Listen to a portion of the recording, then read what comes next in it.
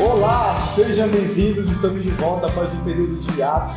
O podcast finalmente volta à sua estrutura padrão. Dessa vez sem o nosso amigo apresentador Léo, que ele teve que sair por motivos pessoais, mas a gente conseguiu substituir ele à altura, ou até mais. Olá, eu sou o Ramon, que era editor e ainda serei. Eu vou ter que me editar, vai ser bem ruim, mas tamo aí. E hoje a gente está convidando aqui um professor querido por muitos, grande Paulo Ferraz. Essa risada é um pouquinho preocupante. É que eu ia fazer uma piadinha, eu ia falar querido por muitos, odiado por mais, mas é eu dele. Imagina que fosse. Bom, tudo bom? Prazer estar aqui, muito feliz, um pouquinho nervoso, mas eu sei. A primeira vez é chocante. Mas rende, primeiro que mais rende. Vamos começar pela pergunta de sempre? Então, pergunta de começo. Por que professor? Por que professor? De onde saiu isso aí? Na verdade, professor foi meio que um acidente de percurso. Assim, eu costumo brincar que eu sempre fui professor, mas eu demorei para descobrir que eu era professor. Porque eu não era o cara mais dedicado durante a escola. Eu era um bom aluno, mas eu não era muito dedicado. Eu não fazia dever de casa e tal. Mas eu estudava com os meus amigos, eu gostava de ensinar para os outros. E eu curtia, e eu aprendia assim, tirando dúvida dos outros. Mas, por causa de simulação e tal, meu sonho era ser diplomata. Por isso que eu fui fazer Direito, fiz 1 ano e meio de Direito na UNB. E odiei com todas as minhas forças esse período da minha vida. Eu larguei e fui fazer Física, porque eu sempre fui apaixonado por coisas mais puras, assim, sabe? Eu fui para o Direito com muita expectativa em cima da filosofia e não encontrei o que eu queria. E aí eu fui fazer Física jurando que eu não ia ser professor. Eu entrei para Física Computacional, passei um tempo na Física Computacional, odiei programar, aí mudei para o bacharelado. No bacharelado, vou fazer aqui uma licenciatura só por fazer.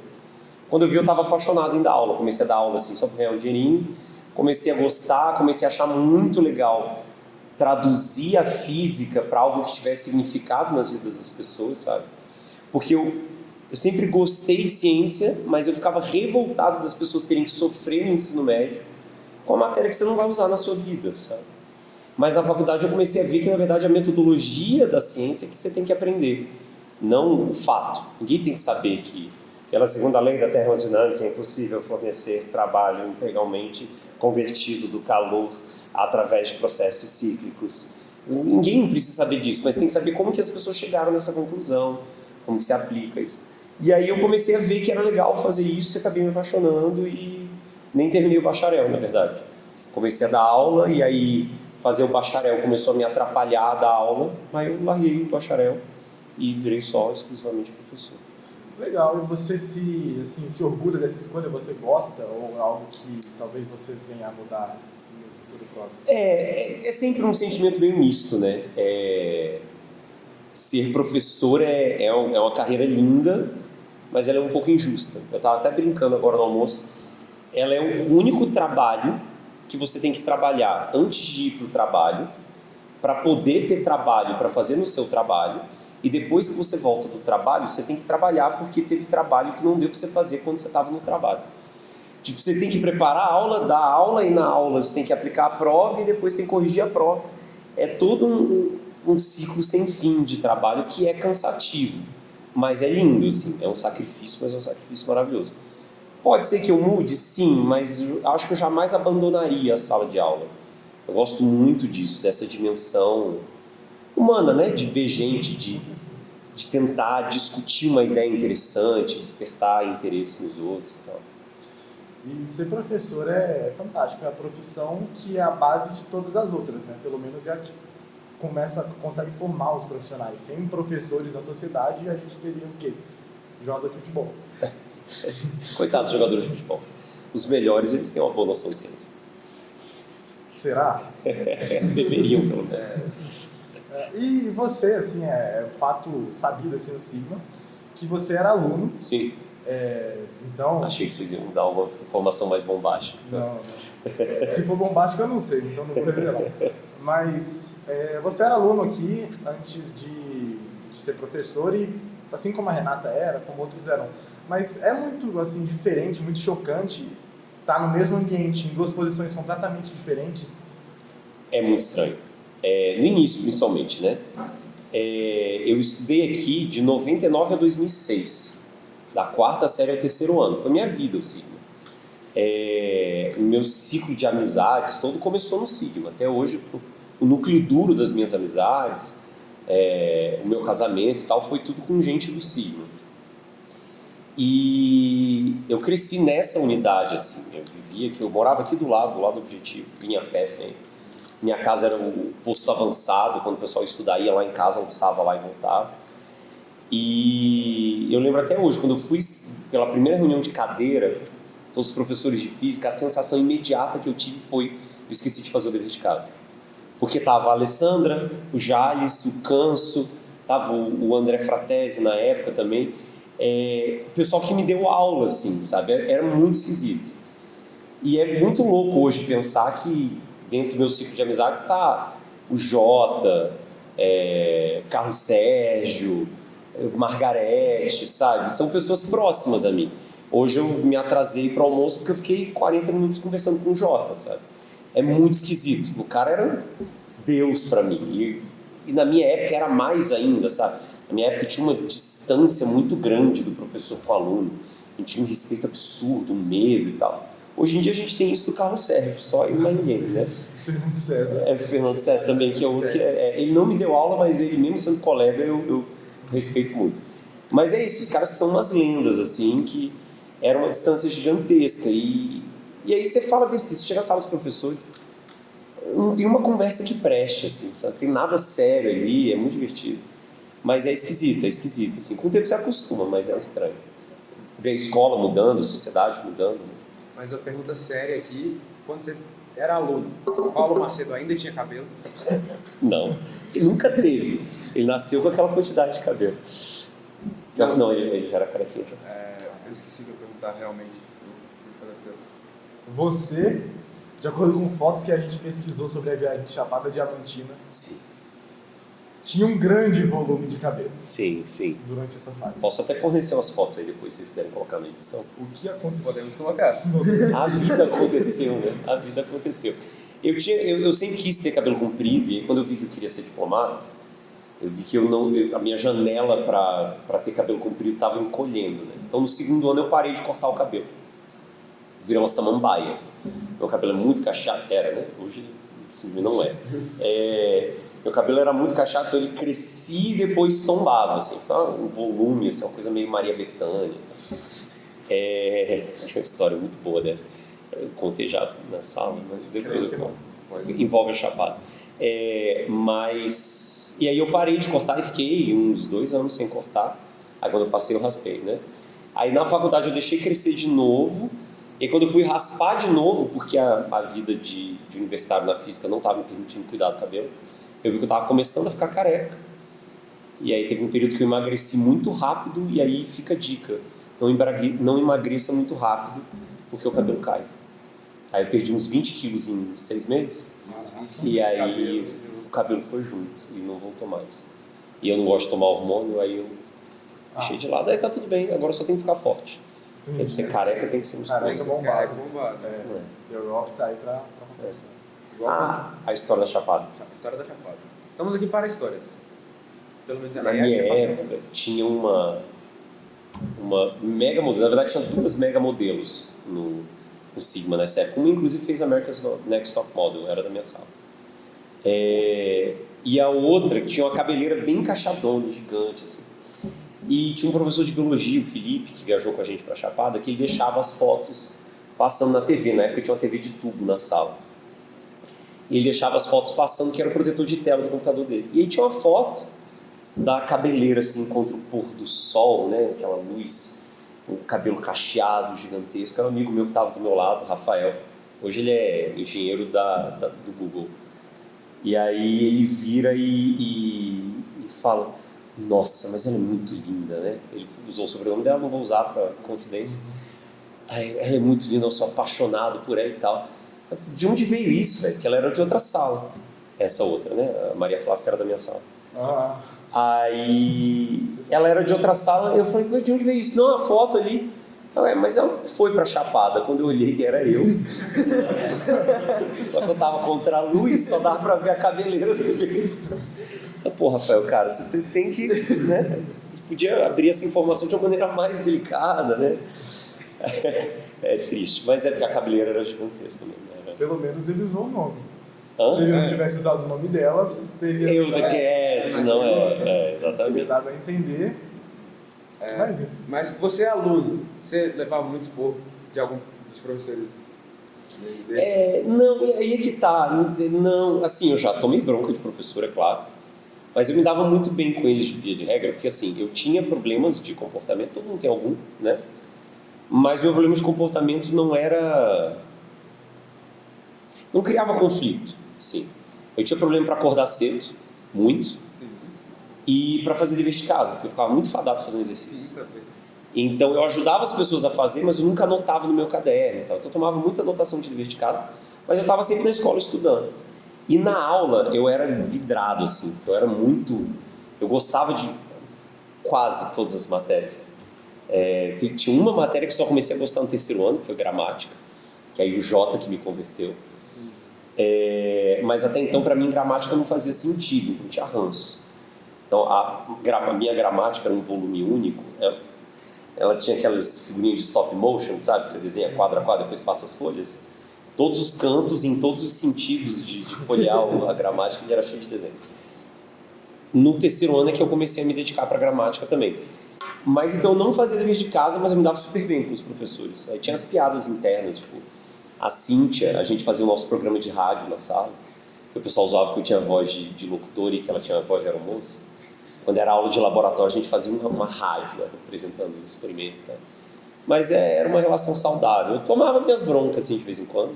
Tomei bronca da Marilena, tomei do Calcé, do Canso. Quem nunca, né? Quem nunca? Eu acho que... Desses três aí é difícil sair ileso. Bronca faz bem, forma caráter. De certo modo faz. E de fazer cagada assim na escola. Porque a gente estava contando que o ventilador da nossa sala foi trocado ontem. Aí não pergunte por quê. Não vou dizer também, não vou dar essa informação aqui, mas você já fez alguma dessas assim? Eu fiz depois de virar professor, sério. Sério. Acidentalmente, mas fiz, sim. Quando eu era aluno, teve uma época que a gente tomou uma bronca porque a gente entrou por trás da sala de estudos. Essa sala de estudos aqui, ela era mais avançada. Que tinha um matagal ali, a gente viu um mico, acho que era um sagui, sei lá. E a gente foi seguir, eu tinha 10 anos de idade. E aí eu tomei uma baita numa bronca, besteira, né? Me enfiei no mato só. Mas depois de professor, tinha uma época que a gente dava o aulão para Enem aqui atrás nas quadras, né? E aí a gente ia fazer um experimento com nitrogênio líquido. Porque o nitrogênio líquido, a temperatura de ebulição dele é menos 196 graus Celsius. Então, ele líquido está fervendo na temperatura ambiente, fervendo monstruosamente. E aí eu peguei o nitrogênio e eu queria fazer um experimento. A gente estava testando uns recipientes no laboratório, eu e o Pedro, que era o substituto de física. E a gente estava no laboratório ali, perto da hora do intervalo, testando os recipientes e tal. Colocamos num recipiente que estava vazando, a gente, esse aqui não pode ser. Deixamos ele num canto. Era um recipiente de isopor, estava saindo o vapor de nitrogênio. Fomos ali procurar, estamos ali olhando, abaixando, daqui a pouco... E... Não consegui ouvir nada. Eu olho pro Pedro, todo mundo no mudo, assim, só gesticulando com a boca. O que está acontecendo? E aí eu olho para a porta, tava a Gláucia e um exército de criancinhas do Fundi, olhando o que aconteceu. O recipiente estava lacrado e aí ele deve ter formado gelo na saída do gás e tampou. E aí você tem vapor acumulando ali, a pressão vai aumentando, porque ele vai esquentando, formando mais vapor, você tem mais mols na temperatura maior, a pressão foi aumentando, o negócio explodiu, abriu um buraco no forro do laboratório. Então essa besteira eu já fiz já. Era isso, e tinha um mito da TV assombrada na minha sala também. Também não... não, porque eu não dei um relatório para vocês ainda. Tinha uma TV de tubo na sala, né? Aí a gente era no primeiro ano, era aqui embaixo, no Bloco Verde mesmo. E a TV do nada, ela piscava a tela e fazia do nada. Aí começou aqui, tem sala assombrada, não sei o quê, começou aqueles papinhos, né? E aí o povo tava enchendo muito a paciência, eu, um homem cético, estava cansado do pessoal com esse negócio, peguei e tirei a TV da tomada. E aí a TV fez isso com ela fora da tomada. Como assim? E a galera entrou em pânico e começou a virar uma parada frequente, que era cada 2 dias de manhã, tinha um negócio desse da TV fazer esse pico, ela fazia esse barulho, ela dava uma piscada, e a galera desesperava e tal, e começou a ser um atrito com os professores, porque os professores não viam, que uma TV de tubo ficava em cima do professor, né? Eles achavam que a gente estava inventando, e tinha o pessoal na sala que começou a ter ataque de pânico quando acontecia isso. E aí a galera ainda inventou uma fanfic de que tinha um ex-aluno na sala, essas coisas, né? Até que uma professora substituta de física, a Cristine, irmã do Rafael, do Google, queria me pegar, a Cristine foi substituir, eu acho que era a Alessandra até, que ela estava substituindo, a Alessandra estava tendo filho. E aí fez esse negócio e ela entendeu, porque ela ouviu o barulho. Por que os outros professores não ouviram? É porque o barulho que ele fazia era um barulho muito agudo. E aí gente mais velha não escuta a partir de uma certa frequência. Ela tinha 20 e poucos anos, ela estava entrando no mestrado. E a TV estava fazendo isso mesmo fora da tomada, que essas TVs de tubo, elas têm uns capacitores que armazenam carga elétrica. E o problema é que o capacitor estava dando curto. Aí ele fazia que ia ligar a TV, só que aí o capacitor descarregava e ela não fazia mais barulho. Aí você colocava na tomada, o capacitor carregava, quando você tirava da tomada, aí ele fazia esse negócio. Aí as meninas relaxaram. Faz sentido. Então não era nenhum espírito maligno. Só se for do Tesla. Ou era também. Ou era, Pode ser. Tesla. Que nosso ventilador quebrou, não foi... Não foi sobrenatural, né? Pode ter sido também, pode Do ser o nada mesmo saíram espírito. 2 hélices voando. Né? Não bateu um tambor. Que esses asas bateram? Confia, não bateu. Não aconteceu nada. Falso. Meu Deus. Mas histórias assim excelentes, de fato. História que não falta, né, nessa fase. Ensino médio e faculdade é maravilhoso. Ensino médio, faculdade e emprego. E a UNB é meio que a continuação do Sigma, assim, é a mesma vibe, o mesmo sentimento, assim, sabe? Nessa época devia ter muito mais gente do que tem hoje aqui. Hoje eu já acho muita gente, porque a gente conhece quem está nos outros anos e tal. Aí ontem eu entrei na sala da C, tinha 70% da sala, não fazia ideia de quem era. Nunca vi, a gente tá aqui na mesma coisa. A minha semana cultural do terceiro ano, quem ganhou foi o terceiro K. E até O. Nossa, então... Era o bloco verde, que tinha mais salas, né? Porque hoje tem essas salas de estudos e tal. E ele era só terceiro ano. Era só terceiro ano. Salas, né? O Sigma fazia já ensino fundamental também? Fazia, mas tinha muito pouco. Pelos meus cálculos, falta espaço. Hoje tem muito mais. Mas tem muita sala que foi convertida. Os laboratórios ali eram todos salas de a gente pegou essa sala. A gente pegou no sexto bloco azul aí. Ainda tinha o prédio de laboratórios de atividade. O prédio do primeiro do fundamental, que era lá na Por que levaram aquilo abaixo? Regulamento do GDF. Não. Construíram aquilo ali há muito tempo atrás, na década de 90, não tinha fiscalização nenhuma. Ele não cumpria a distância da grade que tinha que cobrir. E aí, do jeito que era a planta, para afastar... Eu lembro que eu era coordenador nessa época que trocou o bloco lá. Para reformar ele, para cumprir, ia ficar um bloco inviável, assim, sabe? Aí o pessoal achou mais barato demolir e reformar o outro. Entendi. Faz mais sentido agora. Aí fiz um laboratório maior. Porque aquilo ali foi demolido e não virou nada, virou um gramado. Porque teria que ser um prédio muito fino ali, sabe? Aí não valia a pena. Então foi lá atrás o erro. Né? Foi o erro na década de 90, assim. Aí como foi vendido, porque era muito familiar aqui, né? Era uma coisa muito esquisita. Eu lembro disso. Na minha época, o Sigma Mundi, a gente viajava para Miniono também, que era da PUC de Minas Gerais, que era nacional na PUC de Minas Gerais. E aí a primeira viagem para Miniono, a escola bancou. Na segunda viagem, a escola ia pagar o ônibus e aí no meio do caminho acabou desistindo de pagar. E aí tava uma discussão disso e tal, a gente foi conversar com o Oswaldinho, que era o diretor financeiro da escola. E aí tava um negócio de, professor, mas aí muita gente não vai poder ir para viagem e tal.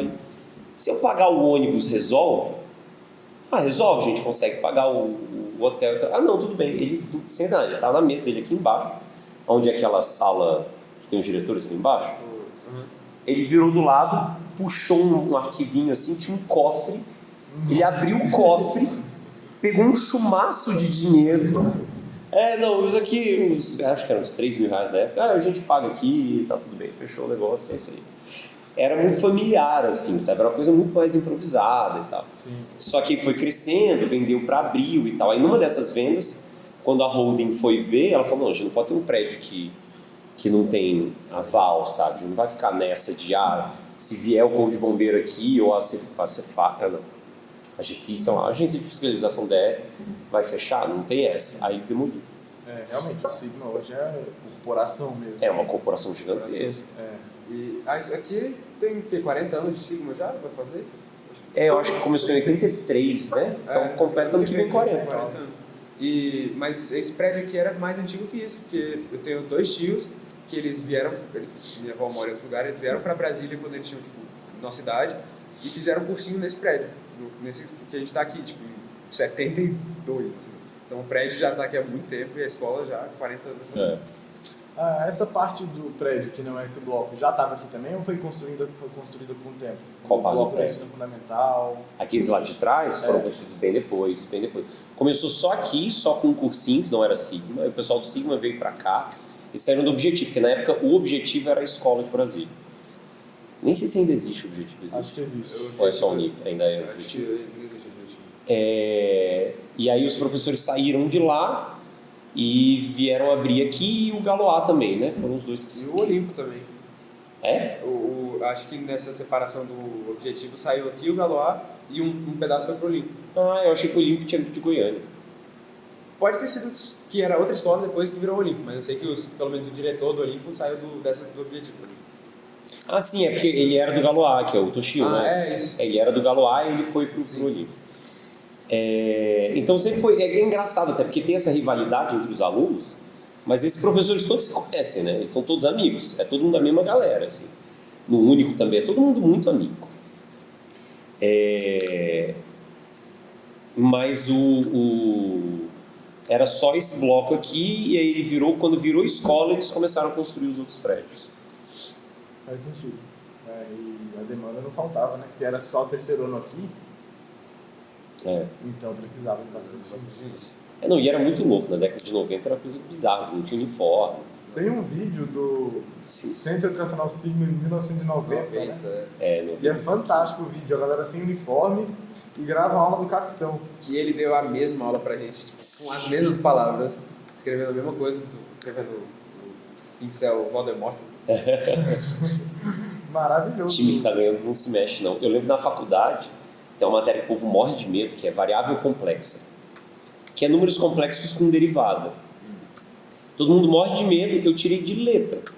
Que eu só usava o que eu aprendi em cálculo com o que eu aprendi com o Carlos Sérgio e dava certo.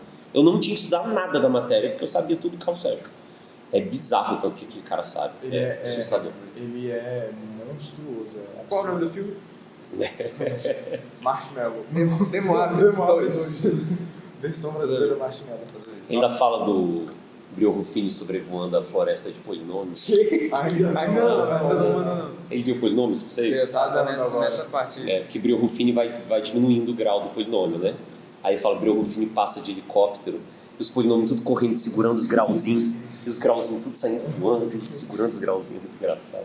Ele contando história é fantástico. Caatinga, a cada 10 palavras dele, 8 são Caatinga. Caatinga, peixeira. Caatinga, peixeira, matemática, cascavel. Só coisa boa. A aula dele é fantástica. E aquela professora naquele vídeo do Sigma, imagino que você tenha visto inteiro. Pelo menos tem uma professora. Era a Maria Helena? É? Nossa, porque a gente não viu ela sem máscara por uma quantidade razoável de tempo pra gente assimilar o rosto dela. Então eu sempre vi ela sentada entregando prova e ela perguntando, será que essa é a Maria Helena? Eu mostrei pro meu irmão, ele não foi capaz de responder e a gente ficou um tempão nesse mistério. Mas vocês não reconheceram pela voz, não? Eu sempre Maria Helena eterna. Sempre no Sigma aí. Sim. Ela sempre faz o discurso na formatura, agradecimento aos pais. É ali o Jota chama as pessoas. Não lembro. E aí na minha época o Paraninfo foi o Carlos Sérgio e o Eli, que não está mais entre nós, no Sigma. Não sei, mas... Amém. Poxa, legal. Você também é muito conhecido por gostar muito de cultura pop, RPG, essas coisas. A gente conversa de vez em quando com você. E eu sabia que você queria entrar nesse assunto antes, então, se quiser levantar aí. Não sei como puxar, mas... RPG, RPG. Uhum. Bom, você joga RPG há quanto tempo? Desde que eu estudo em Sigma. Na verdade, um pouco antes. Eu tenho um irmão 6 anos mais velho. E ele jogava RPG. E ele, quando ele tinha uns 14 anos, ou seja, eu tinha 8, ele me chamou pra jogar com ele. Nossa! E aí ele me ensinou um pouco e tal. Aí quando eu tava na 4ª série, tinha um grupo de amigos meus, éramos 4. Eu apresentei pra eles. Eu mestrava na hora do intervalo, D&D primeira edição. Nossa senhora! Primeira edição. Aí tinha tabela de taco, que você tinha que jogar o D20 e subtrair o taco pra achar a classe de arma. Era uma loucura. Primeira edição é doideira. Primeira edição é doideira. Aí eu jogava com eles e esse é meu núcleo duro de amigos até hoje, assim, é o grupo do RPG. Inclusive, o grupo de WhatsApp dos meus amigos é o RPG, que é o pessoal que jogava RPG comigo quando eu era moleque. Completamente nerds. Eu joguei D&D primeira edição, segunda edição, terceira edição, quarta, 3,5 eu nunca joguei. 3DT, eu vi o 3DT surgir na Dragão Brasil, que era a revista de RPG. Eu joguei GURPS, joguei GURPS, é um sistema bizarro, é um sistema universal, assim, que pegava desde fantasia medieval até steampunk e cyberpunk, tudo. Então era um sistema bem universal, mega complicado e tal, nunca gostei muito não. Vampiro à Máscara, jogava tudo, inventava meus próprios RPGs. Eu tenho até hoje um caderninho que na 7ª série a gente fez um sistema de Dragon Ball. Tem até hoje lá em casa. Era legal. Foi algo importante na minha vida, assim, uma coisa que me fez ter um conjunto de habilidades peculiares que hoje são muito importantes, sabe? De gostar de estudar a coisa a fundo, de ser curioso, de inventar umas histórias bizarras, de fazer narrativa, de falar bem, apesar de ser completamente nerd e introvertido. Eu consigo dar aula, é muito um personagem isso, assim, eu não tenho essa desenvoltura, interação social me exaure muito, sabe, eu sou bem na pegada do Jota, assim, atividade social me consome muita energia, mas eu aprendi a lidar com isso por essas práticas de RPG, de simulação, que é um RPG que você veste terno, né? Exato, o Sigma Mundi é nada mais que um RPG com terno. Paulo Macedo é o grande mestre. É bem isso.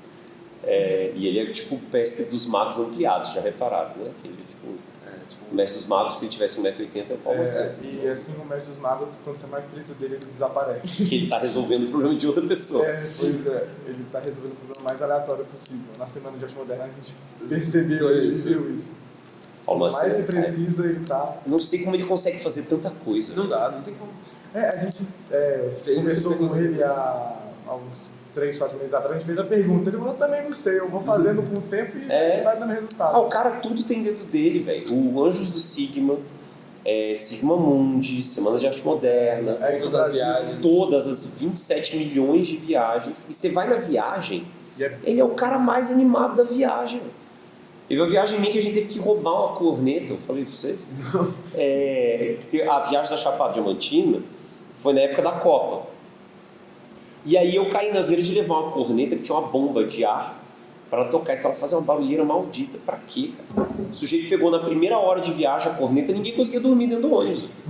Quem dormia no ônibus, ele vinha com a corneta. Aconteceu exatamente isso com a gente, só que era um JBL gigante. Foram 18 horas...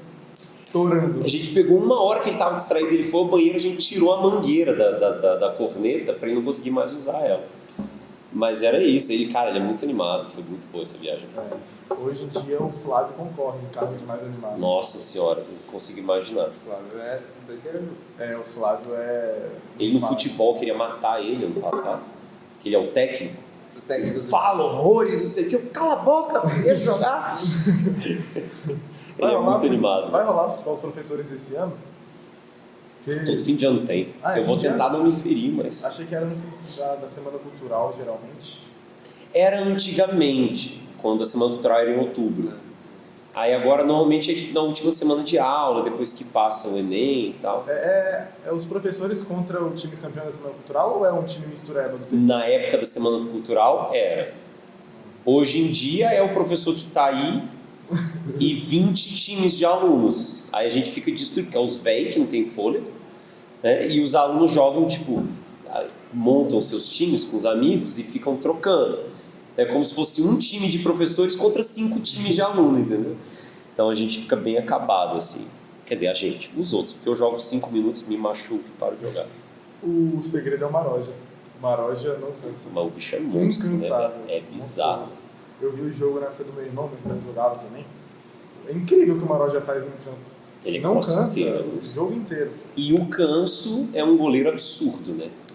Nada passa pelo Canso. Putz, aí já não. A gente defende que é por causa da aerodinâmica do nariz. É só ele virar pro lado, assim. Nossa, já faz a folgado. parede. Exatamente. Ele controla a bola pela Parede de respiração. ar.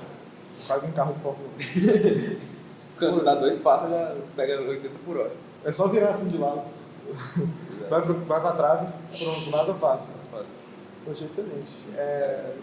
Viagem, assim, sempre foi parecido, né, o sistema. Hoje em dia são 5, 6 dias, mas marca muito. Eu acho que se você pegar as viagens que eu fiz, pelo menos pra mim, são os dias que eu mais lembro da minha vida, literalmente. Na sua época também foi tão marcante pra você, porque Absurdo. pelas histórias Eu fiz inesquecível. com o Sigma, eu fiz 3 viagens. Eu fiz 2 de simulação e a da Chapada no terceiro ano. Uma de simulação foi para Minas Gerais, na PUC de Minas Gerais. Aí teve a ONU Júnior, que era na Estácio de Sá, no Rio de Janeiro, e no terceiro ano foi para Chapada. Foi muito forte, assim, é outro local que fez um núcleo duro de amigos meus, assim. A minha primeira esposa era dessa viagem, eu conheci ela nessa viagem, da mini ONU no primeiro ano. Então, assim, é uma parada muito marcante. E assim, não sei com vocês, mas as minhas viagens todas na volta era todo mundo chorando, né? Nossa, vocês são incríveis, vocês mudaram minha vida. Exatamente. Eu sempre acho isso engraçado, porque tipo, tipo uma semana que você conhece as pessoas. Mas eu não eu sinto a mesma coisa, só que eu não expresso. Só que é engraçado ver todo mundo chorando, tipo, cara. Semana que vem a gente tá se encontrando. Esse ano, a volta da viagem de Diamantina foram 18 horas de silêncio e, assim, lágrimas contidas.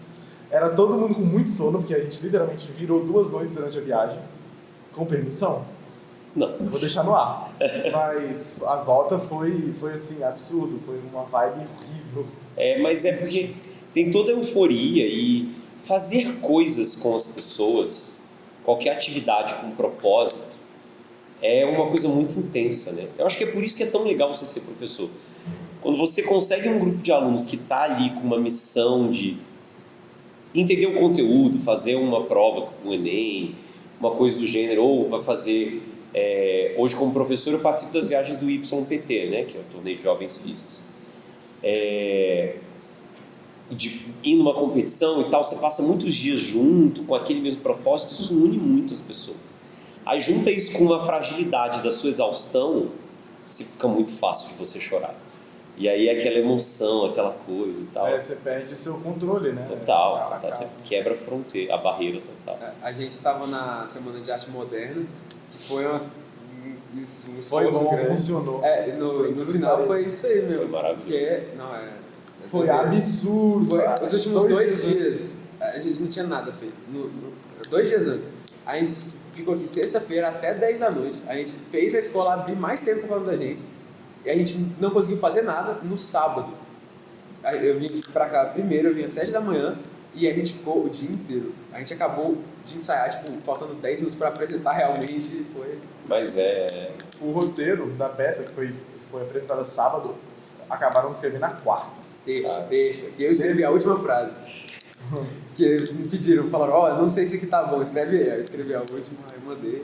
Mas é um projeto muito grande de escrever, ensaiar e tal, é muita coisa. E é uma equipe muito grande, porque tem que englobar todo mundo que quer encenar, porque no final das contas não é competitividade, não é pra quem é melhor ator, é pra todo mundo participar. Então tem que ser uma peça que englobe muitas coisas, e é absurdo. Nossa, tinha o quê? 35 artistas? Tinha 35 pessoas. Foi, assim, só artistas, mas foi um sucesso. Foi. Pro que era 2 dias antes. Pra mim foi o maior milagre da história. Quinta-feira, o Eric saiu dessa escola decepcionadíssimo, achou que não ia sair. Não ia sair nada. Sábado foi fantástico. Mas porque também juntou Semana Cultural, e aí a gente tava ensaiando com o jogo acontecendo. Aí, Caraca. Aliás, quarta-feira após Semana Cultural, foi o dia que todo mundo estava destruído, porque a gente teve Semana de Arte Moderna no sábado, segunda e terça Semana Cultural. Então, a gente preparou o mês inteiro anterior para esses 2 eventos. Chegou na quarta, tinha acabado. A imunidade desce. A imunidade desce, tanto que a gente todo mundo teve ficou doente. a varíola da D. A Varíola do signo, mano, pegou em todo mundo. Mas é porque ainda bateu com a secura, com os dias mais quentes. Secura, dia quente, a imunidade bateu. Na minha época tinha um projeto, eu tenho uma saudade desse projeto, que eu fiz no 2º e no 3º ano, que era o The Theatre. Tinha um teatro de inglês que fazia a abertura da Semana Cultural. Aí a gente fez, no meu 2º ano, o Mágico de Oz, só que a gente fez o nosso Mágico de Oz. E aí inventamos personagens aleatórios para ir no Mágico de Oz. Tinha o Homem de Lata. O Homem de Lata, o Leão e tal. Mas tinha umas coisas nada a ver, assim, sei lá, tipo, tinha o John Lennon, tinha umas maluquices, assim, sabe? Não vou lembrar todo mundo. Eu fazia a Bruxa Má do Oeste. Você era... Eu ia só dirigir, porque tinha um pessoal, como era muita gente, era bem esse negócio, com 30 e tantas pessoas, a gente passou 6 meses preparando. Nossa, a gente passou 2 meses fazendo uma semana. E a gente escreveu o texto todo, fez cenário e tal. E aí a gente separou, tinha um pessoal que era contra-regra, tinha um pessoal que era maquiagem, e tinha os núcleos de atuação dos atos, cada ato tinha o seu núcleo de atuação, e aí tinha um diretor de cada um. Eu ia ser só diretor e roteirista, só que numa das peças a gente estava com dificuldade de achar uma bruxa. Eu não, pode deixar que eu faço. Aí eu fiz a minha voz aguda, o povo adorou, aí virou a piada fazer a bruxa e tal. Você se pintou de verde? Não, mas eu usei um vestidinho curto e botas.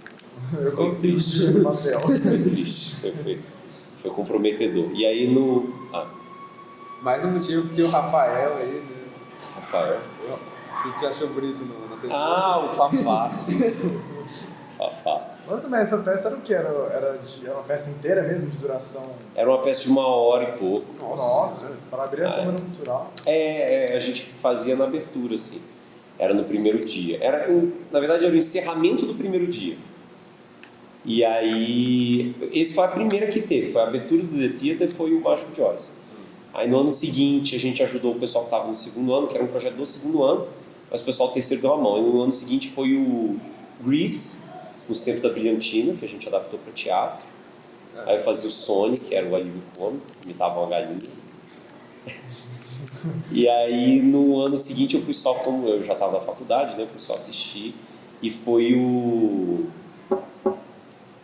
aquele filme do Tim Burton, Estranho Mundo de Jack. Eles fizeram o Estranho Mundo de Jack adaptado para o teatro também, foi bem legal. Poxa, legal. Podia voltar uns projetos assim, a gente teria perdido por causa da pandemia, mas quanto mais projetos melhor. Eu acho que é justamente a parte da escola que você mais desenvolve coisa diferente. O que marca o seu caráter, assim. A gente está tentando voltar mais, fazendo Semana Cultural com mais coisas, fizemos o escape e tal. Porque, por exemplo, uma coisa que marcou muito no ensino médio era a mostra de ciências que a gente fazia na Semana Cultural. Que eu fiz motor a vapor, fiz balança de torque, fiz uma bobina de Tesla. Foi um momento mágico, assim, de ciência no ensino médio. Esses projetos são muito bacanas. É sempre bom ter vários que englobem várias áreas também. Porque, assim, tem o Sigma Mundi, que é para quem fala bem. Aí falta esse projeto que é para quem fala mal também, da galera da ciência. Os projetos de exatas no Sigma não tem tantos, né? De humanas tem uns 4. Porque assim, o que a gente tem? A química tem as Olimpíadas, né? A Olimpíada é muito forte na química, a de ciências é o pessoal da química que toca também. Tem a Olimpíada de física, de matemática e tal. E o YPT, só que o YPT vocês não viram, que é o Torneio Internacional de Jovens Físicos, porque durante a pandemia ele não teve, ele foi online, aí não dava pra gente fazer, porque não dava para reunir para fazer experimento. E é 1 ano de preparo. O YPT a gente começa agora, eu estou formando equipe agora, para competir em junho do ano que vem. De 2º ano? Ou compete no 3º? Compete quando você está no 3º, mas começa a preparar no 2º, né? Então esse ano eu estou separando gente de 9º, 1º e 2º para formar as equipes mistas para competir, porque você tem que estar no ensino médio na competição final. Como ele segue o calendário europeu, a competição é no meio do ano, mas é final de ano para eles. Né? Isso é excelente, mas tipo assim, são poucos eventos meio para quem já é bom de exatas, as Olimpíadas. Para trazer gente de fora é difícil. Eu tive, em 2018, eu estava muito focado em Olimpíada de Matemática, e eu sempre fui considerado bom em matemática comparado à turma, assim. Mas na Olimpíada eu simplesmente não conseguia fazer, sabe? Tipo assim, mesmo para mim, que era bom para os parâmetros de aula, eu não conseguia ir, sei lá. É um projeto que é muito legal de fazer, é legal de estudar, porque a lógica de questão é outra, você vê a matemática por uma outra perspectiva, mas ao mesmo tempo é muito difícil para quem não é tão familiar com o assunto, é ruim para atrair mesmo. É para quem tem bom gosto e falta de amor próprio, assim, uma coisa.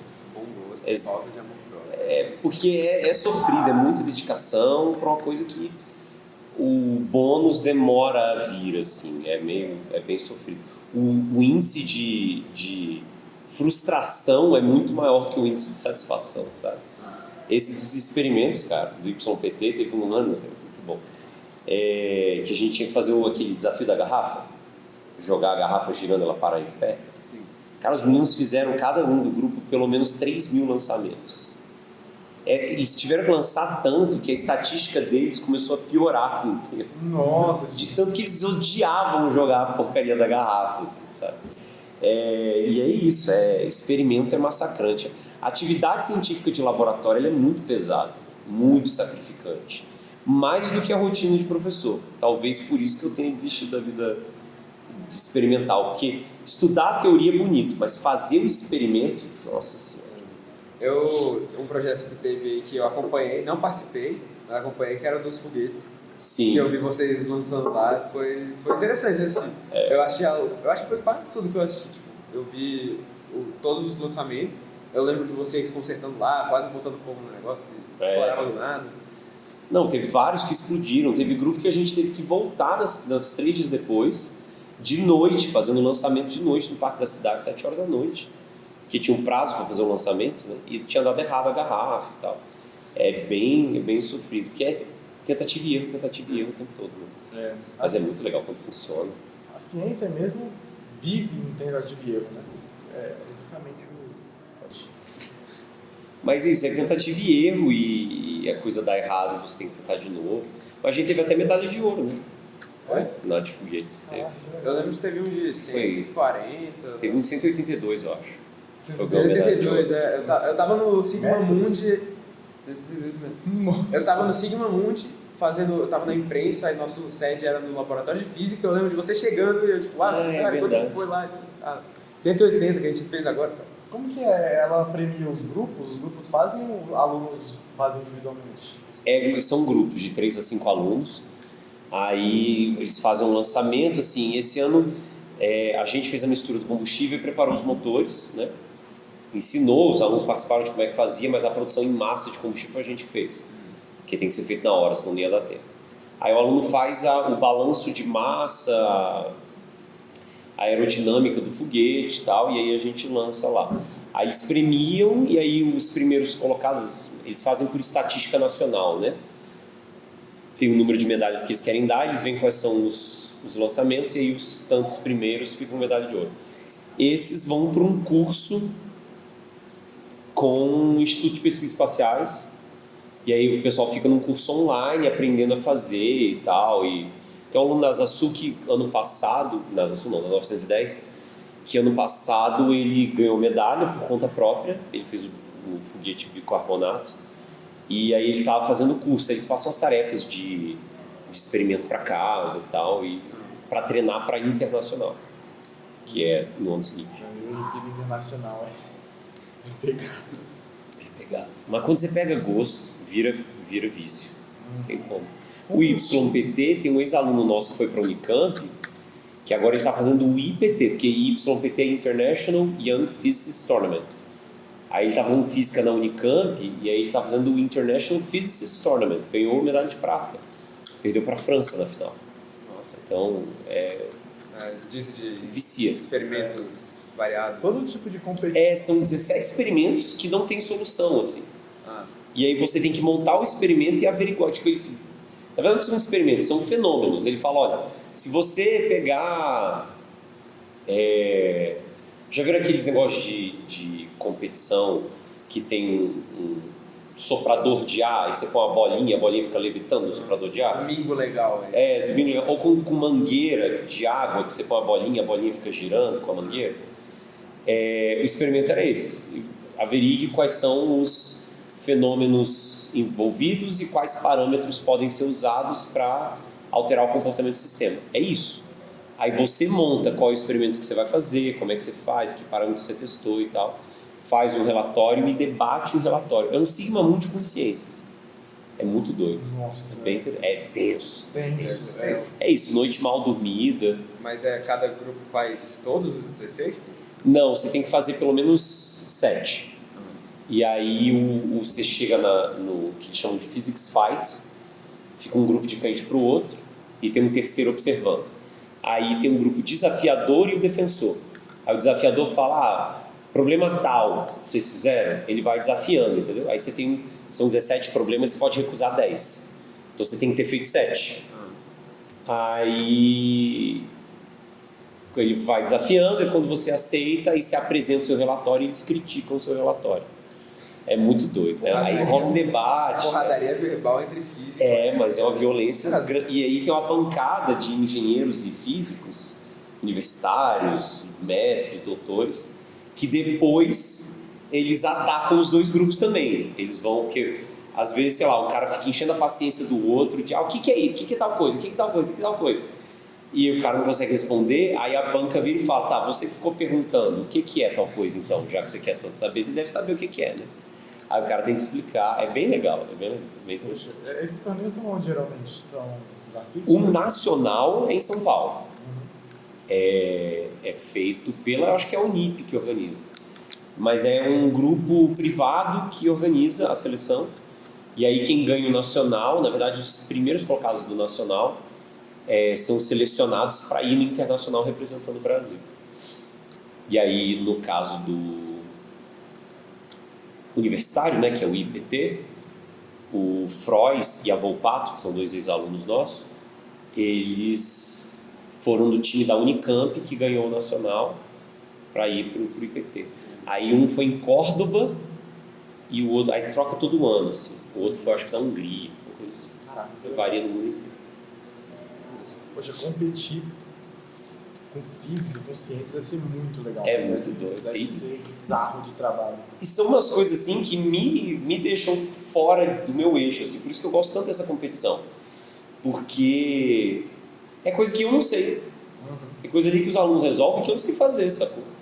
E o moleque descobre de uma semana para outra, é bizarro. O Freud, sim, tinha um problema desse de mecânica, eu acho que era esse até da bolinha no fluxo de água. Que numa semana ele, como é que é isso aqui? Eu dei uma explicada leve de efeito Magnus e falei, olha, você tem que saber fazer a Lagrangiana, que é um tipo de função que você faz. Esse livro aqui foi o livro que eu usei na faculdade para estudar esse negócio. Dá uma olhada, semana que vem a gente discute. Semana que vem o cara tava com a solução, sacou? Mas é muito isso, é muito de orientação de ensino superior. Você dá a ideia e aí ele traz a proposta, ele apresenta, aí eu critico, falo, isso aqui você não podia fazer tal coisa, isso aqui você tem que fazer tal coisa, você tem que mudar esse parâmetro, e aí a coisa vai... É investigação, né? Que é a beleza da ciência, não é? Como que eu faço essa questão? Essa questão, primeiro você anota o diagrama de forças, depois você faz o equilíbrio, não é receita de bolo, é do tipo, sei lá, descobre aí. A ciência da escola é uma ciência meio fabricada, né? Tipo assim, mas muita gente sai da escola sem saber nada, com conhecimento muito raso. Isso é triste e é o que eu tento combater e é o que me fez querer fazer física, querer ser professor de física. Eu era completamente contra, como eu tinha falado nisso, ter aula de física no ensino médio. Porque você não precisa saber física para a sua vida. Mas é útil você aprender a física porque é a primeira ciência, porque a metodologia científica é mais fácil de ser aplicada na física. E aí, o problema é que a gente perde de vista qual é o objetivo, porque a ideia da física é você aprender ciência e não aprender as leizinhas da física, só que você é avaliado por prova. E aí o que era para ser só uma ferramenta para ver se você estava aprendendo, começa a virar o objetivo da aprendizagem. Aí na faculdade o pessoal até discute que isso é transposição didática, que é muito artificial, assim. As 3 leis de Newton. E E aí você justifica bonitinho, aí tem toda uma evolução da ordem do tipo de problema que você vai resolvendo. Esse tipo de problema você usa isso. E não é assim, ciência é tentativa e erro, sabe? O cara estuda um fenômeno e transfere para outro, tem uma investigação, tem acidente, tem reinterpretação de coisa. Você vai estudar termo, por exemplo. Tem lá a equação de Clapeyron, TV igual a LRT. Ela não brota do nada. Na verdade, tem um cara que fez só para temperatura constante, o Boyle. Aí ele viu como é que é com a temperatura constante. Depois o Charles Gay-Lussac fizeram para pressão e para volume constante. Aí o Clapeyron olhou e falou, olha só, dá para juntar tudo numa coisa só. Aí anos depois vem o Lord Kelvin, o William Thomson, e vê que na verdade a temperatura tem que vir de energia. Até então a gente viajava, a gente achava que calor era um fluido, sabe? Que viagem do caramba, ter um fluido passando de um corpo para o outro, mas é porque ninguém sabia o que era. E aí você vai se adaptando. E é isso que é legal, essa investigação é muito legal. E ciência na escola é bem complicado, você falou, ciência é tentativa e erro, e você erra, você volta no começo, e é isso aí na escola, você não pode errar.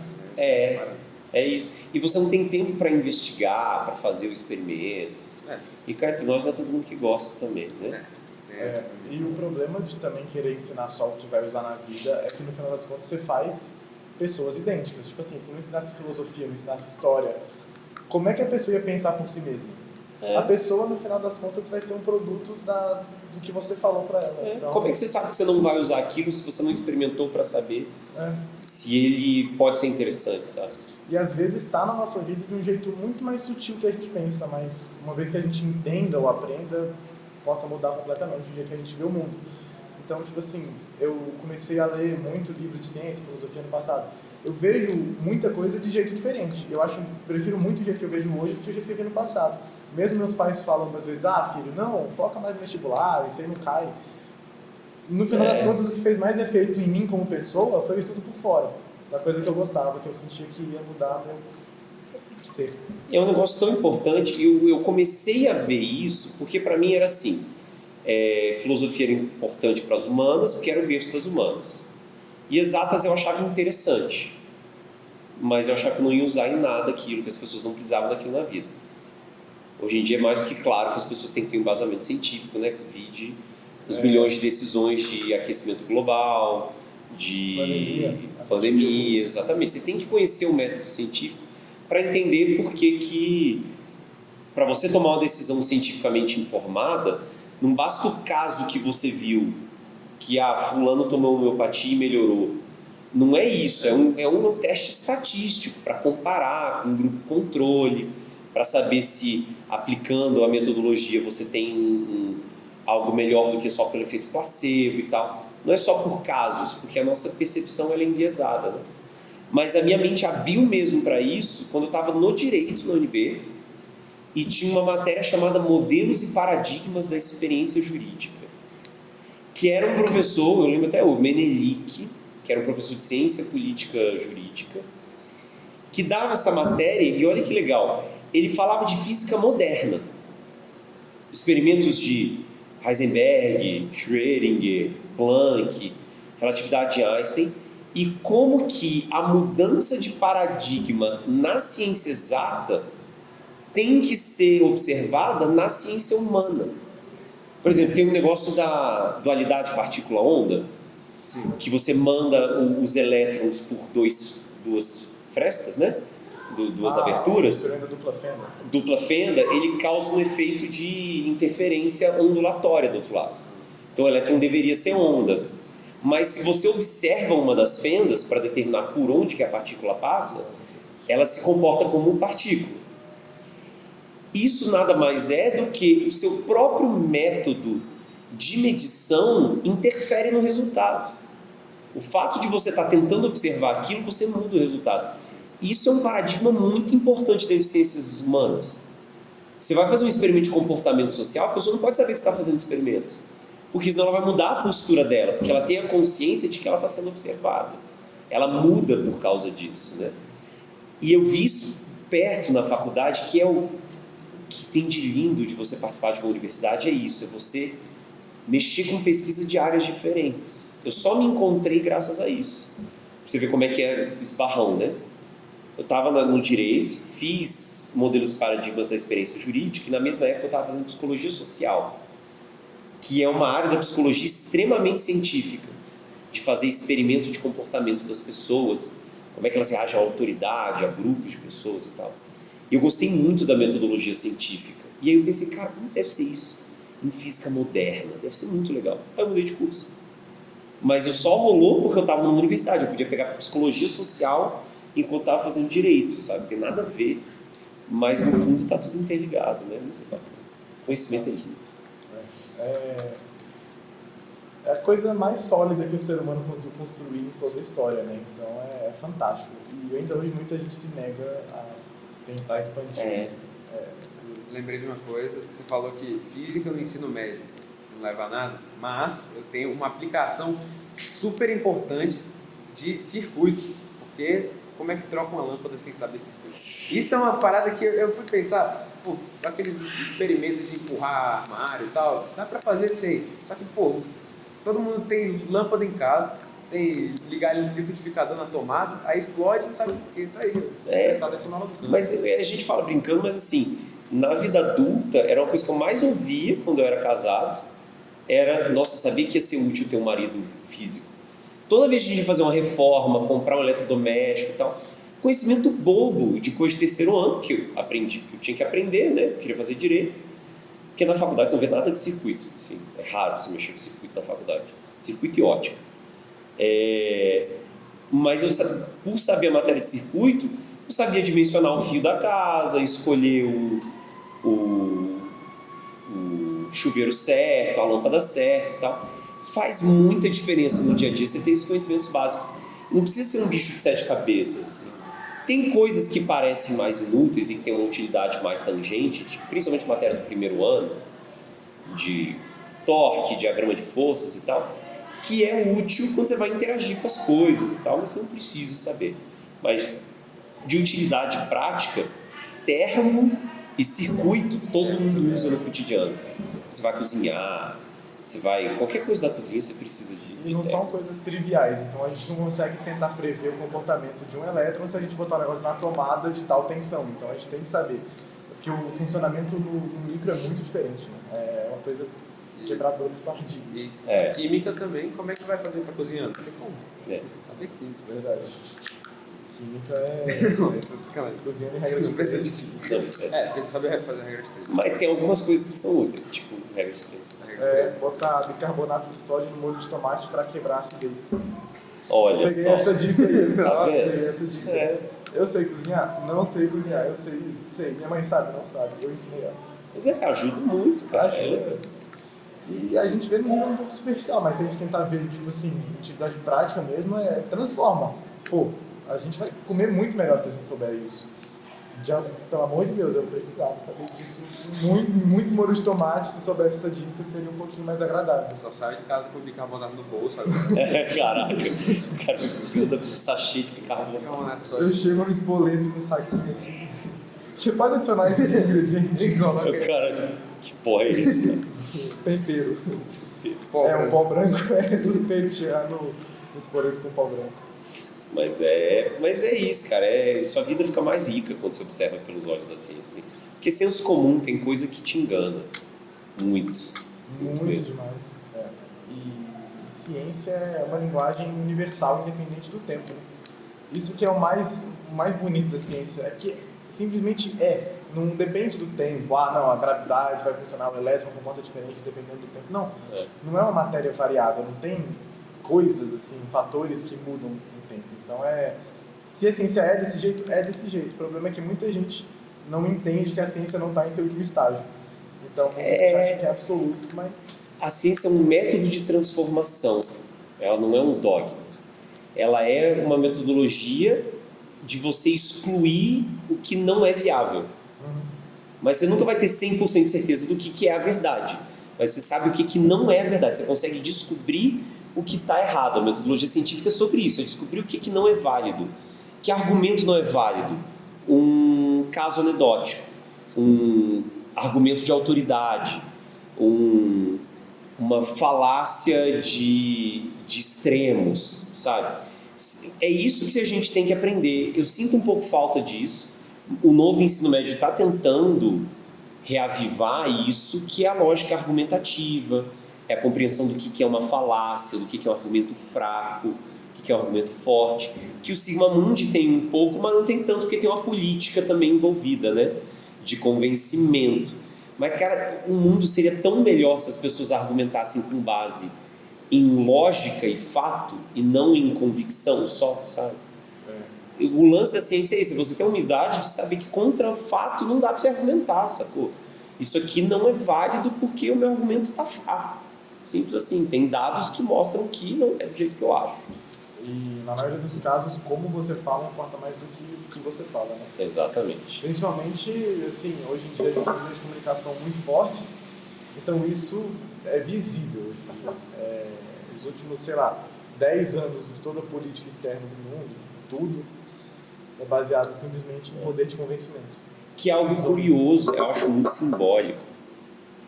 O Schopenhauer, que tem o texto dele Como Vencer um Debate Sem Precisar Ter a Razão, né?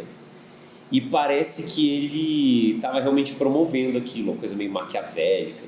E é o oposto, né? Ele estava querendo evidenciar, sarcasticamente, do jeito que é o Schopenhauer, né? O que a gente faz de errado quando a gente está argumentando. Como que a gente dá valor a um tipo de argumento que é um argumento ruim, que é um argumento que não é de quem tem razão, é um argumento só de eu fiz o outro perder o controle, ou coisas do gênero. A gente dá muito mais valor para isso.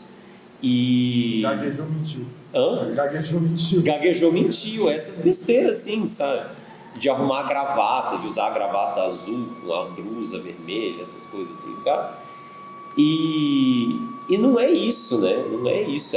Você tem que analisar o conteúdo, a forma e a lógica que o cara tá dando. Eu vi uma palestra daquelas do TED Talk, que era um cara fazendo uma palestra sobre nada, usando estratégias de palestra de TED Talk. Então ele só estava falando, não, e agora eu vou falar uma história da minha vida e vocês vão acreditar em mim, porque eu vou falar isso. E ele tava só tipo, e agora uma imagem inspiradora também. Ele mostrava no slide e você entendia exatamente que ele podia estar falando qualquer coisa, que você ia acreditar. E é essa arte, entendeu? De inflamar as pessoas, de ir para um lugar que elas estão confortáveis, né? É triste isso. E a gente se deixa levar por essas coisas. E sair desse estado é muito difícil. Tirar as pessoas desse estado é muito difícil. É quase impossível. Uma vez que a pessoa assimilou aquilo como verdade, perdemos. E aí, de novo, puxando a sardinha pro meu lado, é por isso que eu acho importante a gente estudar a física, porque a física tem muito disso, né? Para você... Eu não sei vocês, para mim foi um momento de ruptura da minha vida, de que objetos de massas diferentes caem ao mesmo tempo e que a tendência natural do corpo é continuar se movendo e não parar. Parece muito contraintuitivo, mas quando você para pensar 5 minutos e argumentar, só pode ser desse jeito, né? Mas a gente não para argumentar. E eu acho que esse tipo de triunfo muda muito a visão das pessoas, assim, de... nem sempre dá para confiar só na minha experiência pretérita, sabe? Eu tenho que pensar no argumento mesmo, extrapolar a ideia que eu estou dando. Tanto que o Renascimento foi uma revolução tanto em termos científicos quanto artísticos, foi uma revolução também do pensamento, né? A Revolução Copernicana, que depois causou diversas mudanças, né? E isso é muito evidenciável, assim, a ciência torna o homem capaz de pensar, junto com a filosofia dessas áreas. E por isso que é tão importante, mas hoje em dia não é nem que ela está sendo ensinada errado, mas é que pouco a gente tem acesso a uma ciência sólida, eu acho. Né? Ela virou tecnicista, aí vem, agora a gente entra na área sociológica, né? Ela começa a virar um instrumento de poder, né? Com certeza. Que se é dela que você obtém o conhecimento e as técnicas para você aprimorar a matéria e agregar valor, ela começa a ser um instrumento de controle. E aí você começa a ter reprodução de certos padrões de elitização de uma esfera de conhecimento que você tinha durante a Idade Medieval, em que o poder era Na frente da câmera, só pra... Em que o poder... Você tinha na Idade Medieval, em que vocês quiserem editar, não sei como é que é a edição que vocês fazem, vai ficar bom. Você vai editar mesmo? Que pessoa corajosa. Que você tinha na época medieval, em que o poder era controlado por uma entidade religiosa, e que mantinha o controle com uma elite que dominava aquilo com uma linguagem própria, né? Uma linguagem em latim, todos os escritos eram em latim, você tinha que fazer parte do círculo para fazer parte. E houve, agora tenta-se quebrar isso, mas houve um indício da ciência começar a virar isso também, né? Que ela surge na elite aristocrática europeia e aí vira um instrumento de dominação e começa a virar uma coisa elitista de novo, com uma linguagem muito fechada, com uma linguagem que só você entende, que foi o que me revoltou inclusive no direito. O juridiquês muito pesado, sabe? Mas querendo ou não, eu acho que a tendência da ciência é voltar a se tornar um pouquinho mais erudita. Porque chega uma hora que uma parte é compreensível sem precisar de muito requisito. Mas hoje em dia, por exemplo, se você pegar a física moderna, as equações de Schrödinger, não dá para um aluno de ensino médio entender aquilo. Então, ela é compreensível até certo nível. Depois daquilo começa a ser muito pesado. Mas aí o que a gente tem que ter? A gente não precisa que todo mundo entenda toda a ciência. Mas as pessoas têm que entender como que a ciência é feita. Para elas não acharem que aquilo é um dogma. Porque o problema é quando o cara vira e fala: ah, não, tem como a partícula estar em dois lugares ao mesmo tempo. O cara fala: ah, tá maluco, isso aí é coisa de gente que não faz sentido. Ah, o tempo passa diferente. Ele dilata quando você está em alta velocidade e o espaço contrai. Nada a ver, isso é uma viagem. Eu nunca vou usar esse negócio, mas tem só viagem. Seu GPS funciona com isso. Sabe, tipo, seu GPS depende desse negócio. Você usa todo santo dia, mas é bizarro, é completamente fora da realidade, mas você usa. Você só tem que entender que se esse negócio passou pelo crivo científico, é porque testaram e funciona. E aí você tem que saber como é que é o método para chegar nisso. Para saber que esse método não dá para refutar assim, porque eu acho que o universo tem bilhões de micro-universos um dentro do outro, que é o que mais tem. Sempre tem isso nas aulas de física, né? Sempre tem um cara que fala: professor, eu tenho uma teoria sobre a unificação das forças fundamentais da natureza. Beleza, cara, mas não é assim que funciona. Sabe? Tipo, primeiro você aprende como é que você deriva a equação de Maxwell, para depois falar como é que você reintegra ela. E aí, mas é isso, é entender como é que é o processo científico e você confiar, sabe? Que é o problema que a gente começa a ter antivacina e tal, que a pessoa não entende como é que funciona. E aí, a vacina vai mudar seu DNA. Cara, não é assim que funciona. Isso é sério. Não tem como ele mudar o DNA do seu corpo. São bilhões de células. Você não vai mudar o DNA de todas as suas células. Não é assim que funciona. Sabe? Mas é isso. É você entender como é que é o processo para você saber em que confiar na fonte, o que procurar na fonte. É lento isso. Na minha época era muito mais técnico. Hoje em dia é muito mais integrado esse conhecimento científico. Não sei se vocês sentem isso, mas as questões do Enem são muito assim. A BNCC é muito assim. É muito investigativo, tem uma contextualização. Ele joga com o seu senso comum e com a interpretação científica. Geralmente ele tenta deixar mais confuso essa coisa. É justamente para jogar no seu senso crítico de saber o que dá para confiar, o que não dá, sabe? O que é o desafio das nossas gerações. Na sala que eu falei da nossa geração, riram da minha cara. Das nossas gerações, que é filtrar um monte de informação inútil e zoada de alguém que acha que é entendedor porque leu 2 artigos. A gente tem que filtrar. Eu vi 2 vídeos no YouTube, né? Eu adoro isso. Eu me infiltrei nos grupos terraplanistas uma época, né? Nossa, é muito bom. E aí você pede pro cara uma referência e te manda vídeo do YouTube, sabe? É muito engraçado. Nada contra o vídeo no YouTube, mas, cara, se ele é a sua única referência, tem algo de errado, sabe? O terraplanismo, a melhor de todas, foi quando o cara foi fazer o experimento. O cara mais influente lá das páginas foi fazer o experimento deu errado. E comprovou que a Terra não era plana. Esse me deixou tem muito vários feliz. desses. E se isso acontece, eles não aceitam o resultado. Eles acham que o experimento é Foi errado. muito legal. Era um experimento daqueles o cara fazendo na Mesopotâmia lá, de botar um obelisco aqui, um lá, e aí o cara comprovava, só que ele, não, eu tenho uma teoria aqui que vai mudar e tal. Aí não mudou, porque, obviamente, e o cara errou ele, não, é porque o sol e tal. Nossa, bom demais. É muito bom. Tem um documentário muito bom, tava no Netflix, não sei se ainda tá, que é Behind the Curve, que ele acompanha, e é legal que ele faz uma investigação de quais são os argumentos deles, são vários, é claro, mas ele faz uma coisa social também, que é um lado que a gente tem que fazer. Entender o que leva a pessoa a se definir baseado nisso, né? Numa identidade dessa. Que é uma discussão passional, assim. Os caras ficavam surtados no grupo quando eu questionava eles, sabe?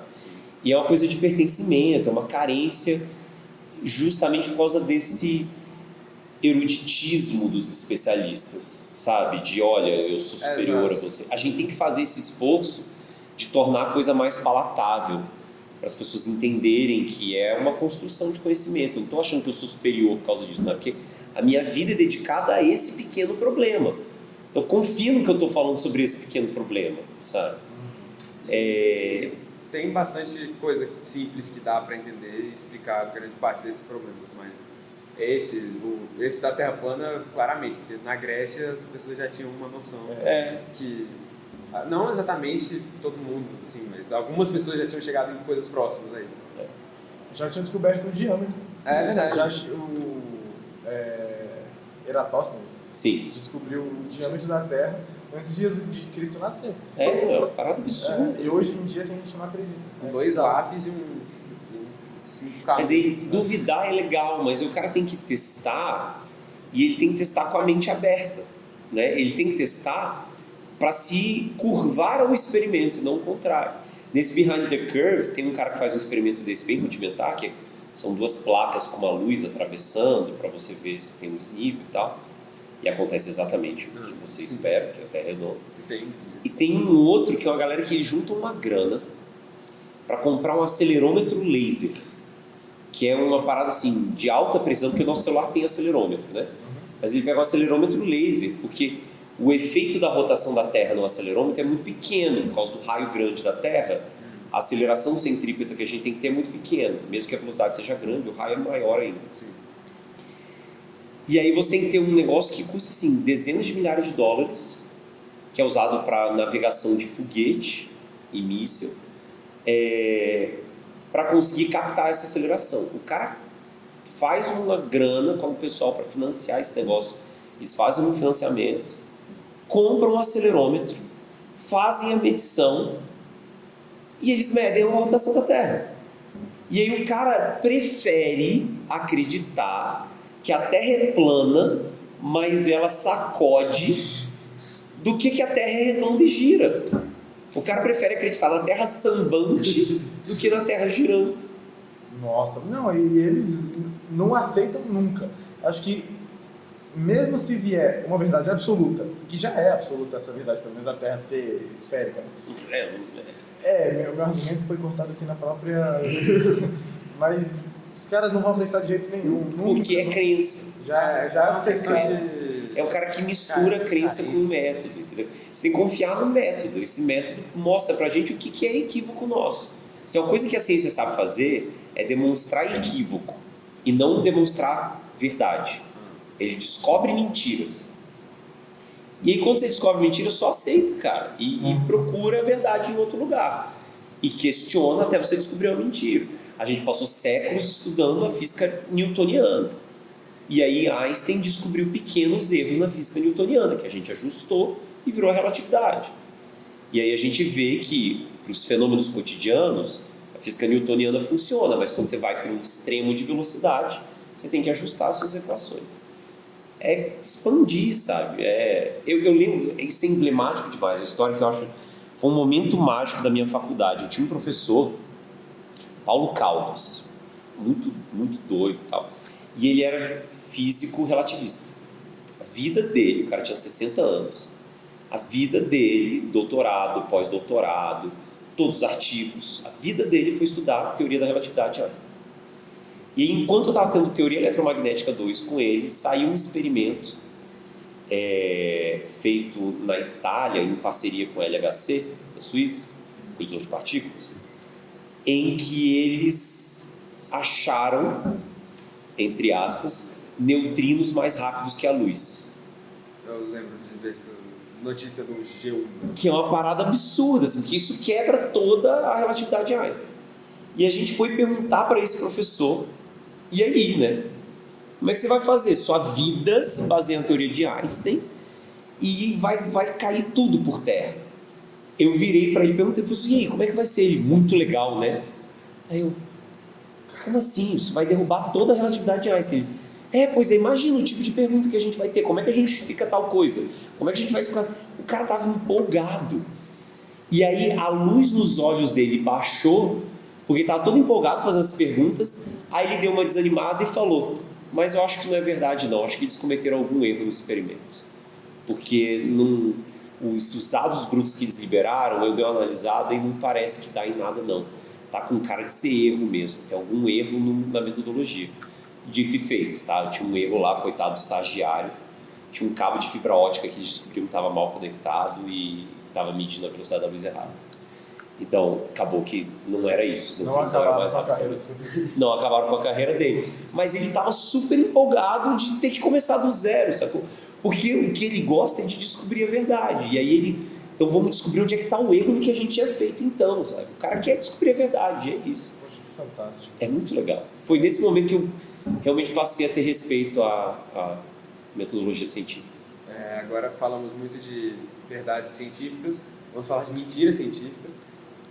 Filmes científicos. Nossa senhora. Falsos. Sua opinião sobre filmes falsos científicos? Todos eles. Às vezes é meio polêmico, assim. Eu adoro uma galhofa científica. Sabe o Tudo em Todo Lugar ao Mesmo Tempo? Desse ano? Maravilhoso. Maravilhoso. Muito bom, meu Deus. Por que ele é maravilhoso? Porque você teve um cara que pegou um princípio físico que faz sentido, que é só uma hipótese, na verdade, que tem embasamento científico, mas não é mega embasamento, de que você tem um branching, né? Uma ramificação da realidade de acordo com resultados estatísticos diferentes. E essa ramificação vai se afastando estatisticamente uma coisa da outra. Isso é muito válido em física quântica, porque a física quântica é toda baseada em estatística, né? Ela não é determinística, ela é toda estatística. Então faz sentido você ter um universo que vai se espalhando em vários universos.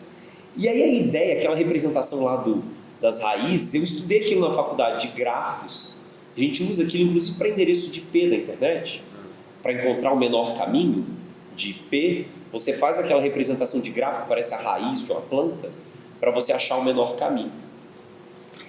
E aí o cara pega isso e vira uma licença poética maravilhosa de comédia, do cara mastigar a massinha, sabe? Vestir o sapato ao contrário. Que, cara, é muito legal. Ninguém acha que aquilo ali é uma teoria científica, mas é um preceito cientificamente interessante. Sim. Sabe? Acho lindo. Aí você pega Interestelar. Maravilhoso. Eu nunca passei tanta raiva num filme, cara. E o Interestelar foi engraçado. O meu sentimento com o Interestelar ele é muito misto, assim. Mas ele me irritou muito, porque ele começa maravilhosamente bem amarrado. O preceito dele é muito legal, de manipulação do espaço-tempo, dos paradoxos que a viagem no tempo causa e tal.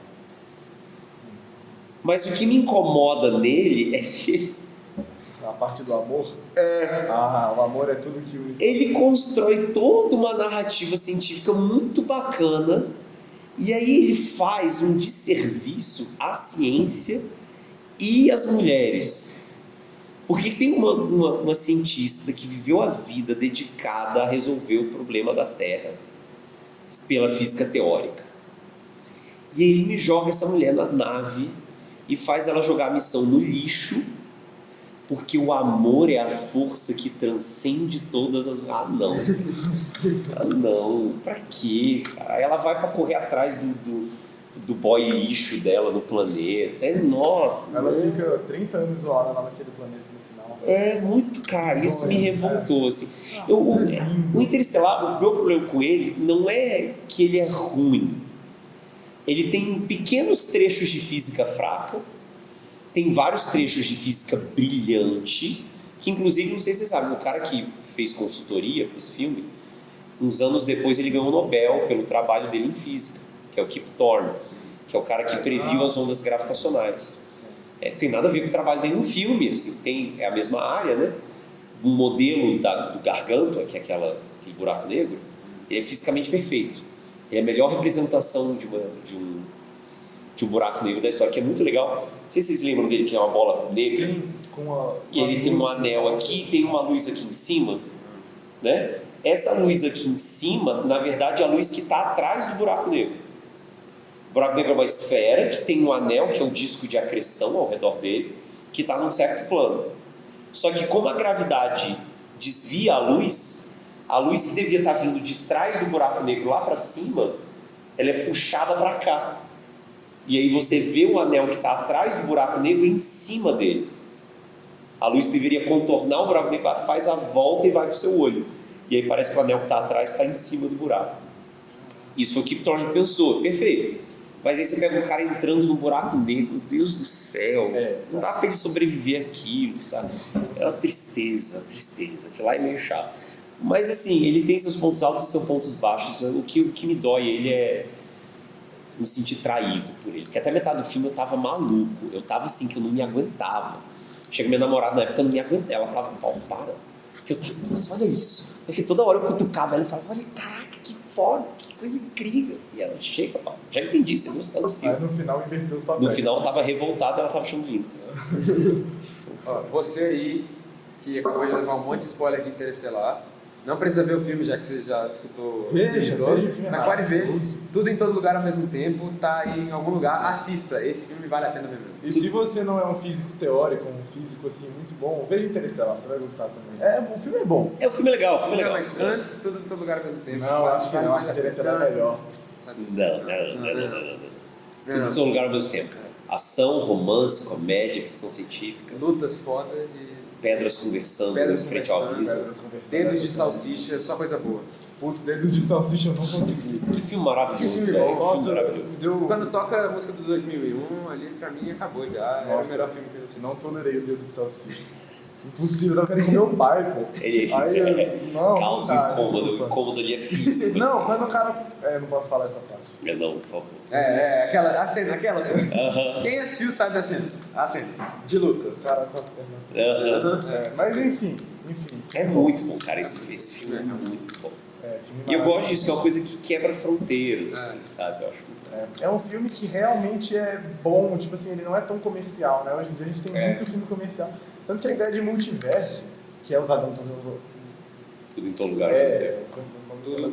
Todo lugar, bem usado nesse filme, mas em outros filmes, tipo assim, na Marvel, na DC, sabe? Todas as empresas querem usar esse conceito, está ficando um pouquinho saturado. Tá. E nem comprovado né? Ele é uma hipótese hoje em dia que assim, isso é um problema grande, assim, que a gente tem e que faz parte da nossa cultura, na verdade. A gente tem que saber a diferença entre hipótese, teoria, teorema, lei. Porque o pessoal fala, gravidade é só teoria da gravidade, teoria da evolução, só uma teoria. Não é só uma teoria. Teoria é o ápice do conhecimento científico. E aí mas aí dentro da ciência você tem isso, porque tem gente na ciência que fala em teoria das cordas. A teoria das cordas não é uma teoria, é uma hipótese. Porque ela não é comprovada. Ela é uma possibilidade que a gente não conseguiu testar ainda. Ela explica tudo que a gente conhece, mas ela não foi testada. Ela não teve como testá-la diretamente, porque para testar ela, a gente teve que ter um acelerador mais ou menos com o diâmetro do sistema solar. Facinho de fazer, né? A gente constrói a Estrela da Morte antes de fazer isso aí. Que a gente não vai construir nunca, porque é inviável. Mas a gente não chega nessa etapa. Não chega. A gente vai ter que arranjar outro jeito de testar. Assim. Então, não é uma teoria, mas a gente chama de teoria. E aí a coisa vai se vulgarizando. Mas é só uma hipótese. É uma das hipóteses interessantes, mas é só uma das hipóteses. Existem hipóteses fortes em relação a isso? Ou hoje em dia é só... Sim, é em cima do muro que a galera tá? Tem várias hipóteses muito fortes que estão começando a ser mais testadas com o James Webb, né? O novo telescópio que a gente tem em órbita. Mas vai levar muito tempo para a gente bater o martelo nessas coisas, porque a gente chegou num gap energético que é até difícil de explicar ele. Porque o que acontece? A física, ela evolui em níveis de densidade de energia. A densidade de energia nossa aqui é muito pequena, porque a nossa matéria é basicamente espaço vazio, né? A gente tem você é vácuo. Tanto que raio-x passa fácil por você. E quando você dá o zoom num núcleo, ele tem muito mais densidade de matéria. O átomo tem mais densidade que a gente, mas a eletrosfera é a maior parte do espaço vazio. O núcleo tem uma densidade energética muito maior. E aí você vai ter os quarks e tal. E aí quando você vai nesse nível, a gente consegue fazer com o nosso colisor de partículas que a gente tem hoje. O problema é que dessas subpartículas para a próxima categoria de densidade, a gente tem um enorme espaço vazio que não tem nada. E é difícil explicar por que tem esse espaço vazio, e é mais difícil ainda se atingir esse outro nível de densidade de energia. Isso vai demorar muito tempo, se é que a gente vai conseguir comprovar esse negócio. Tinha um grande amigo do Einstein, o Gödel, que é um matemático, que inclusive um professor meu da faculdade disse que em certo momento ele chegou a pensar em matar os dois, inclusive. Ele teve os meios para isso. Já conto por quê. Mas o Gödel, que é um matemático, ele tinha uma teoria matemática de que nenhum sistema matemático pode se auto-explicar por completo. E aí, se o universo é um sistema matemático, a gente não tem como se auto-explicar por completo. Sempre vai ter algo que a gente não consegue explicar, que é a teoria da incompletude de Gödel. Só que a gente pode continuar tentando ver até onde a gente consegue chegar. Mas esse professor é muito engraçado. Ele era figura, neto.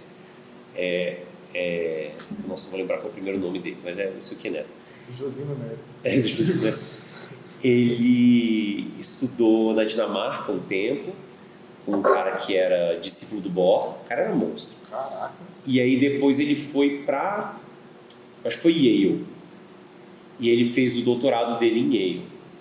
E lá ele estava nas pistinhas da cidade universitária, e ele viu duas senhorinhas, uma senhorinha gordinha, uma senhorinha bem magrinha, uma andando do lado da outra, no meio da rua, bem no meio da rua. E ele ficou muito incomodado, falou: vou passar por cima dessas senhoras.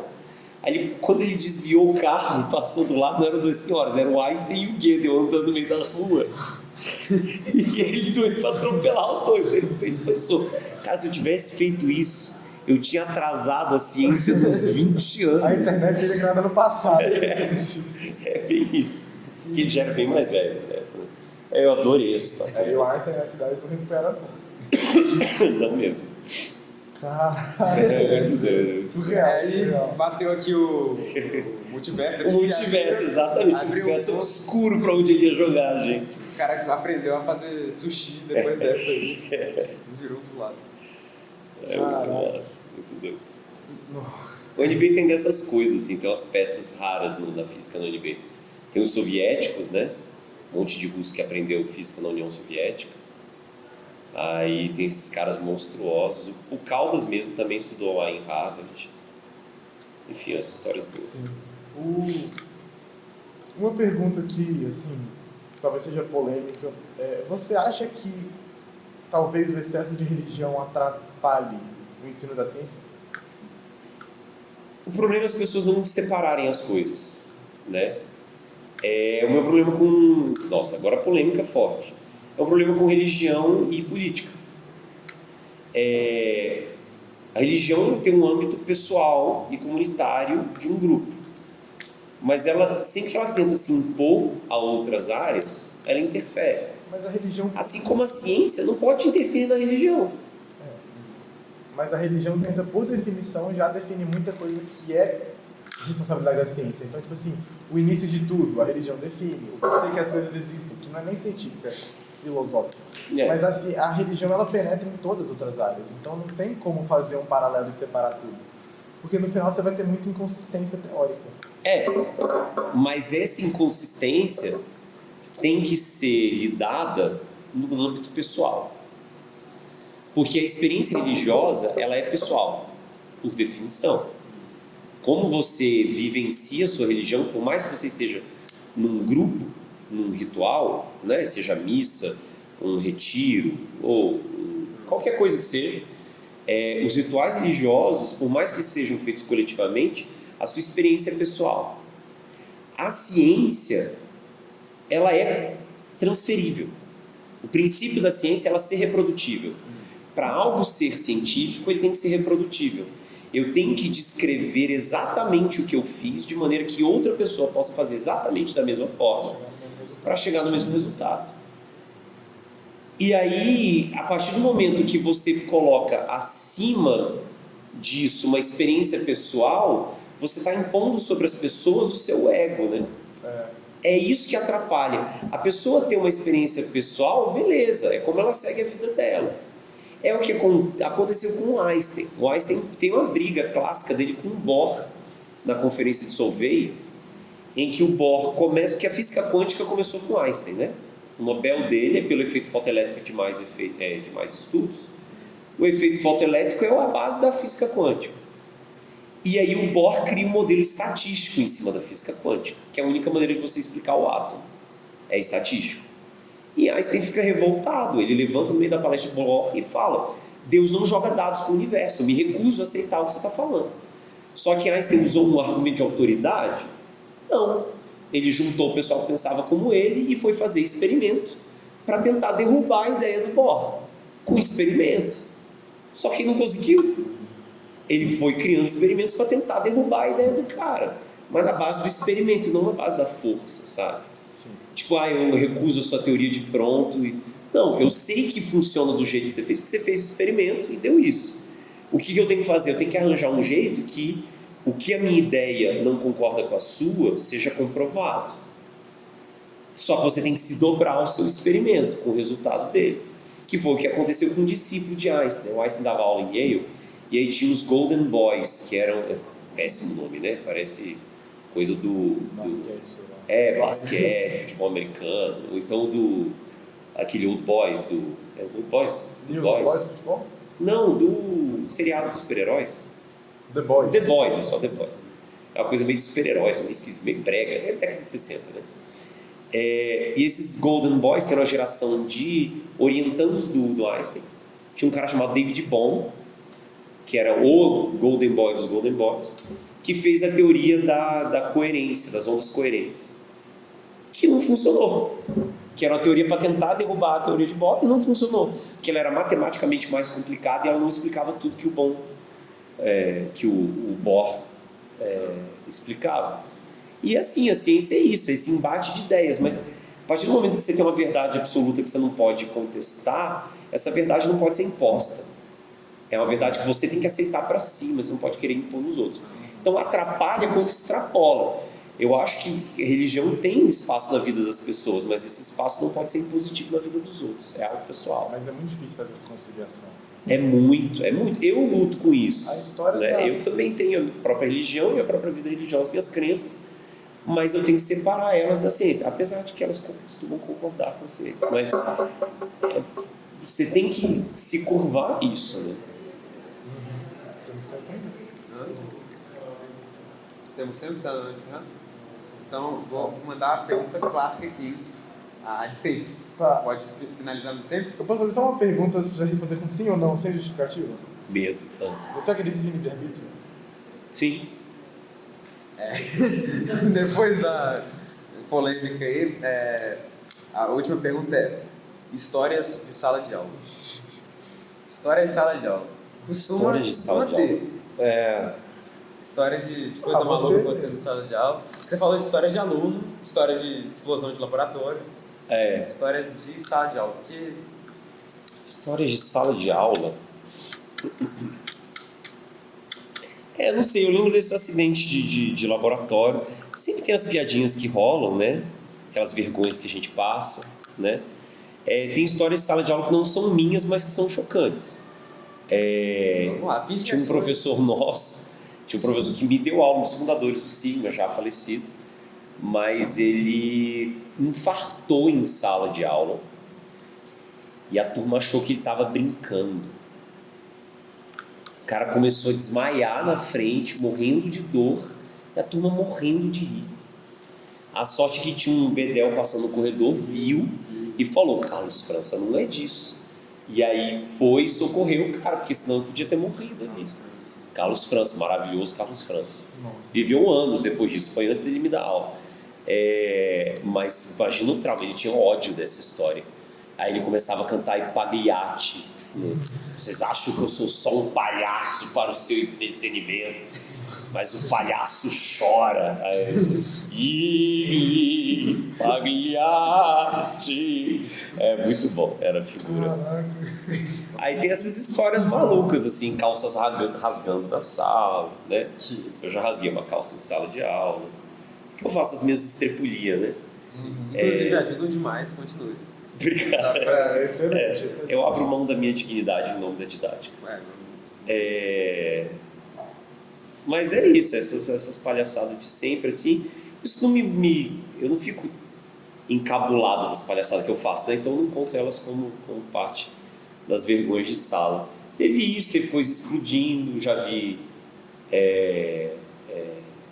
laboratório explodindo, porque o professor, aí depois eu conversei com o professor Osama, de Química. Ele estava fazendo, acho que era sódio metálico. Acho que é sódio metálico. Quando você põe na água, ele libera muito calor, né? Ele oxida muito rápido e tal, ele libera calor. E aí ele estava fazendo experimento, pessoal, com a placa de Petri, com água, e aí ele jogava uma lasquinha de sódio metálico. E ele ficava correndo em cima da água.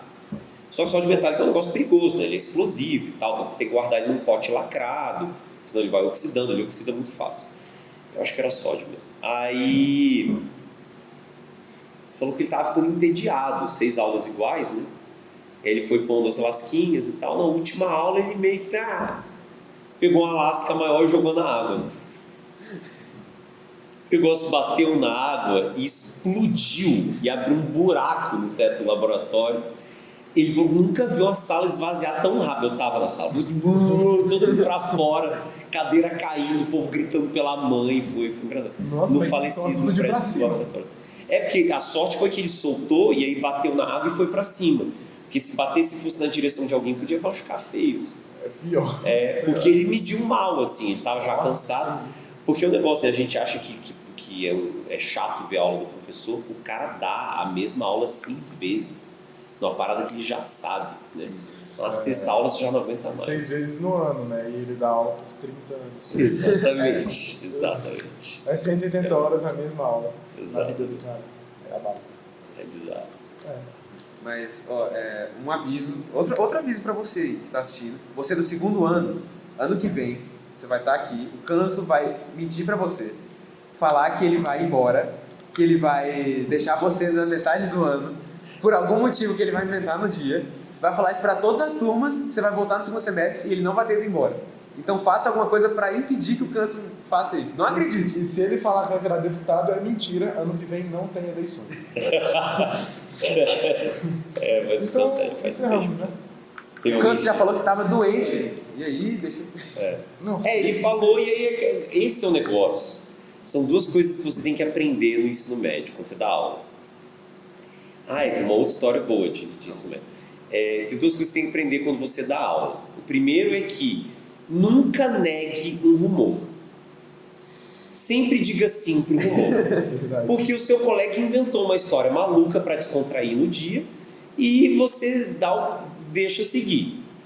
Nessa história eu já fui irmão de outros professores, neto de professor, primo de professor. Filho da Maria Helena Perdida. Filho da Maria Helena Perdida, exatamente. O Canso era neto da Maria Helena, eu acho. Nossa E aí Senhora. tinha o Mário, que era filho da Maria Helena. Tinha toda uma árvore genealógica.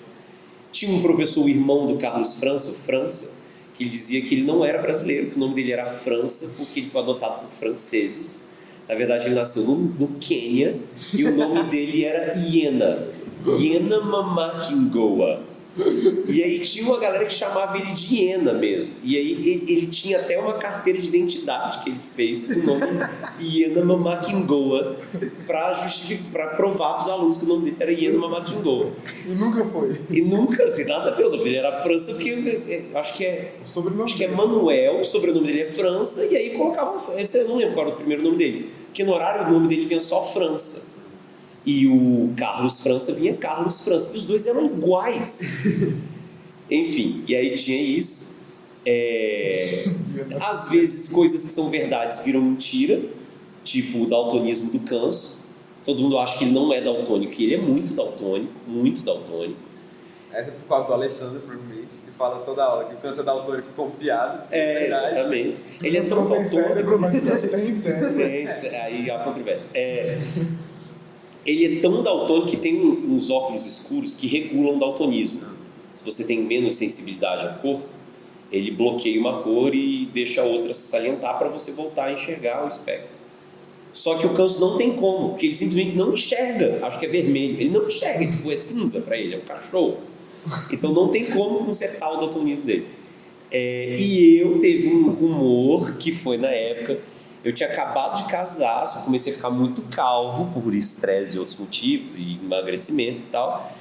E aí eu raspei a cabeça, e que eu sou budista, o pessoal sabia que eu era budista e tal. E aí alguém perguntou, acho que foi pro Eric, por que eu tinha raspado a cabeça, se eu tava doente, porque na verdade minha esposa na época teve câncer, e aí alguém ouviu falar alguma coisa de câncer relacionada a mim, acharam que eu raspei a cabeça porque eu tava com câncer. E aí o Eric falou, não, porque ele vai virar monge. E aí eu já tinha alguns anos de sala de aula, me perguntaram, você vai virar monge? Eu vou. Já comecei o treinamento, por que vocês acham que eu raspei a cabeça? Aí depois que eu descobri que o Eric que tinha começado, acho que foi o Eric, que tinha começado essa história. E aí anos depois, sabe a Roberta, assistente de laboratório? A Robertona, não a Robertinha. Ela, não, cabelo cacheado? Não? Igual a Robertinha. Não, é a outra Roberta, que era minha aluna em Águas Claras.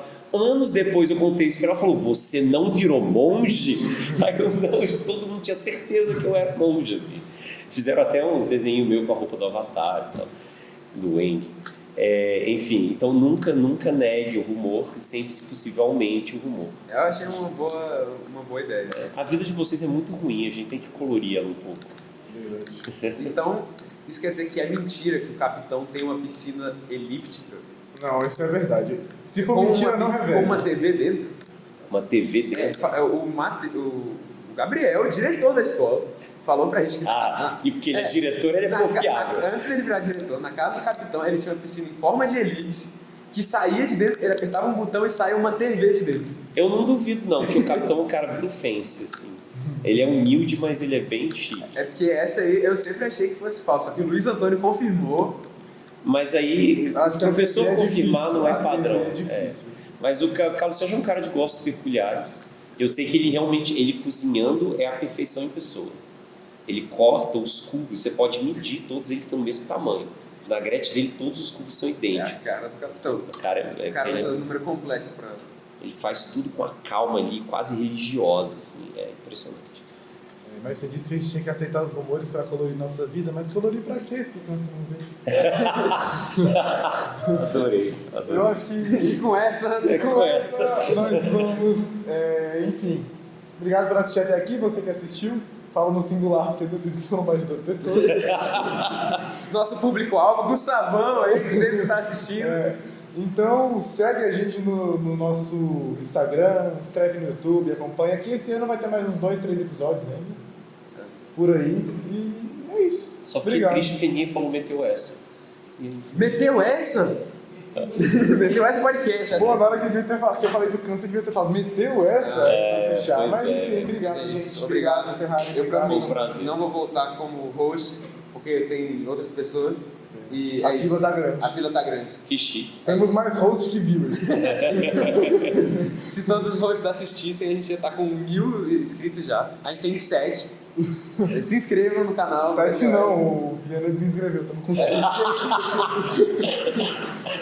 Sendo que nessa sala temos 4 já. É isso. Obrigado. Se tudo der certo, eu serei no 7. E é isso então, obrigado pessoal. Considerações finais. Eu acho que é isso, vou fazer bom podcast. Foi bom. Obrigado. Valeu, gente, até mais. Fala, sem dar pra Desculpa,